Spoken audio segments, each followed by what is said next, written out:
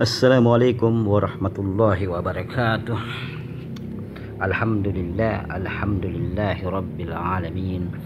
Wassalatu wassalamu ala asyrafil anbiya'i wal mursalin Sayyidina Muhammadin wa ala alihi wa sahbihi ajma'in, amma ba'du.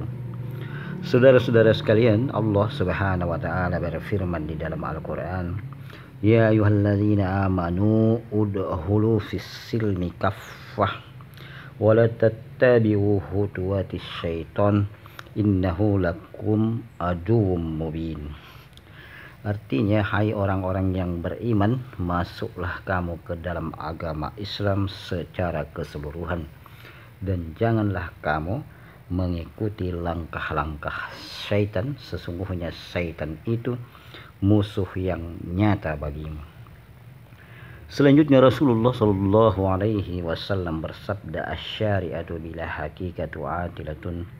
Syariat tanpa hakikat adalah hampa atau sia-sia. Wal hakikatu bila syariatin batilatun. Dan hakikat tanpa syariat adalah batal atau rusak. Dengan keterangan dalil-dalil yang kita bacakan tadi, maka Allah Subhanahu wa taala dan Rasulullah Shallallahu alaihi wasallam memerintahkan kita untuk melaksanakan ajaran agama Islam secara keseluruhan atau kafah, tidak setengah-setengah, yaitu melaksanakan syariat maupun hakikatnya. Olehnya itu, para ulama-ulama kita, terutama ulama-ulama tasawuf, mengatakan bahwa ada 4 tanda-tanda yang dimiliki oleh seseorang yang telah mengamalkan Islam secara kafah. Yang pertama yaitu mendakwahkan kalimat la ilaha illallah, yaitu mengajak dirinya, keluarganya, serta orang-orang di sekitarnya untuk senantiasa mengucapkan la ilaha illallah di dalam kehidupannya sehari-hari. Sebagaimana firman Allah Subhanahu wa ta'ala di dalam Al-Quran, fa'lam annahu la ilaha illallah, maka ketahuilah bahwa tidak ada Tuhan selain Allah. Rasulullah Shallallahu alaihi wasallam bersabda, afdalu ma qultu ana wan nabiyuna min qabli la ilaha illallah. Seutama-utama kalimat yang kuucapkan dan diucapkan oleh nabi-nabi sebelumku adalah la ilaha illallah. Selanjutnya Rasulullah bersabda, jaddidu imanakum, perbaharuilah imanmu, aksiru min qauli la ilaha illallah, dengan memperbanyak mengucapkan kalimat la ilaha illallah. Man kana akhiru kalamihi la ilaha illallah dahalal jannah, barang siapa yang akhir kalimatnya la ilaha illallah, maka ia masuk surga.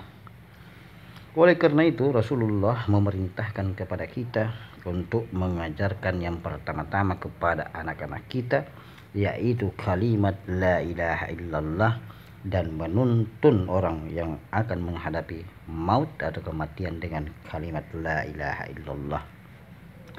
Itulah sebabnya pada zaman Rasulullah Shallallahu alaihi wasallam dan sahabat-sahabat serta ulama-ulama terdahulu, kalimat la ilaha illallah sering diucapkan dengan suara jahar atau keras, baik secara sendiri-sendiri atau berjamaah. Pada zaman tersebut banyak majelis-majelis zikir sebagai bentuk untuk mendakwahkan kalimat la ilaha illallah. Namun pada saat ini jarang sekali kita mendengarkan orang mengucapkan kalimat la ilaha illallah. Kita hanya mendengar kalimat la ilaha illallah pada waktu azan dikumandangkan. Seterusnya, tanda-tanda yang kedua orang yang mengamalkan ajaran Islam secara kafah ialah menggalakkan atau memelihara sholat berjamaah, sebagaimana firman Allah, wa aqimus sholata wa atus zakah warka'u ma'ar raki'in. Dan dirikanlah sholat dan tunaikanlah zakat dan rukuklah bersama orang-orang yang ruku. Maksud dari kata ruku dalam ayat di atas adalah sholat berjamaah. Bahkan di dalam keadaan perang pun Allah Subhanahu wa taala tetap memerintahkan untuk melaksanakan sholat berjamaah. Maka dari itu saudara-saudara sekalian, betapa pentingnya kita sebagai muslim untuk tetap melaksanakan sholat berjamaah, karena sholat berjamaah memiliki banyak keutamaan, diantaranya sebagai bentuk persatuan dan kekuatan umat Islam, sebagai bentuk dakwah syiar yang menampakkan persaudaraan antar sesama muslim. Dan inilah yang menjadi kendala kita saat ini, karena betapa menjamurnya masjid-masjid yang ada di sekitar kita, tapi kebanyakan masjid tersebut sepi dari jamaah. Padahal Rasulullah Shallallahu Alaihi Wasallam menegaskan betapa pentingnya untuk menggalakkan sholat berjamaah. Rasulullah Shallallahu Alaihi Wasallam bersabda yang artinya, apabila engkau mendengar hayya 'alas shalah, hayya 'alal falah, maka segeralah datang. Hendaklah orang-orang itu menghentikan tindakan mereka meninggalkan sholat berjamaah, atau Allah akan mengunci mata hati mereka. Kemudian mereka termasuk dari kelompok orang-orang yang lalai. Mudah-mudahan Allah Subhanahu wa taala memberikan kekuatan kepada kita untuk senantiasa melaksanakan sholat berjamaah, apakah di masjid atau di rumah bersama keluarga.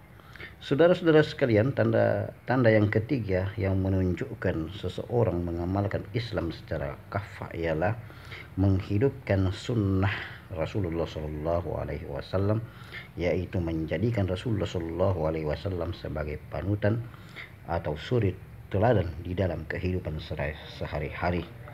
Sebagaimana firman Allah Subhanahu wa taala di dalam Al-Qur'an, laqad kana lakum fi rasulillahi uswatun hasanatul liman kana yarjullaha wal yawmil akhir wa zakarallahu katsira. Sesungguhnya telah ada pada diri Rasulullah Shallallahu Alaihi Wasallam teladan yang baik bagimu, yaitu bagi yang mengharap rahmat Allah dan balasan kebaikan pada hari kiamat, dan dia banyak berzikir kepada Allah. Rasulullah Shallallahu Alaihi Wasallam bersabda, man ahya sunnati faqad ahabbani wa man ahabbani kana ma'iya fil jannah. Barang siapa yang menghidupkan sunnahku berarti ia mencintaiku, dan barang siapa mencintaiku maka ia bersamaku di surga. Maka dari itu kita sebagai umat Islam harus menjadikan Rasulullah Shallallahu Alaihi Wasallam sebagai guru kita dalam segala hal, baik dari cara berpakaian, berdagang, bergaul di tengah-tengah manusia, bagaimana akhlak kita kepada sesama ciptaan Allah Subhanahu wa taala, cara bagaimana kita melaksanakan amanah apabila diangkat sebagai pemimpin, kemudian bagaimana tata cara kita melaksanakan ibadah kepada Allah Subhanahu wa taala, cara bagaimana kita membina rumah tangga dan lain-lain. Semua dicontohkan oleh Rasulullah Shallallahu Alaihi Wasallam. Olehnya itu, jangan sampai kita sebagai umat Islam mengikuti sesuatu hal yang tidak bersumber dari ajaran Rasulullah Shallallahu Alaihi Wasallam, yaitu mengikuti kebiasaan orang di luar Islam. Kemudian tanda-tanda yang keempat yang menunjukkan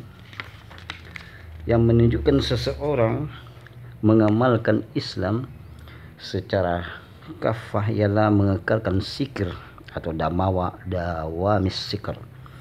Firman Allah Subhanahu wa taala, ya ayyuhalladzina amanu la tulhikum amwalukum wala auladukum an zikrillah wa man yaf'al dzalika fa ulaika humul khasirun. Hai orang-orang yang beriman, janganlah harta bendamu, anak-anakmu melalaikan kamu dari mengingat Allah, dan barang siapa berbuat demikian maka mereka itulah orang-orang yang merugi.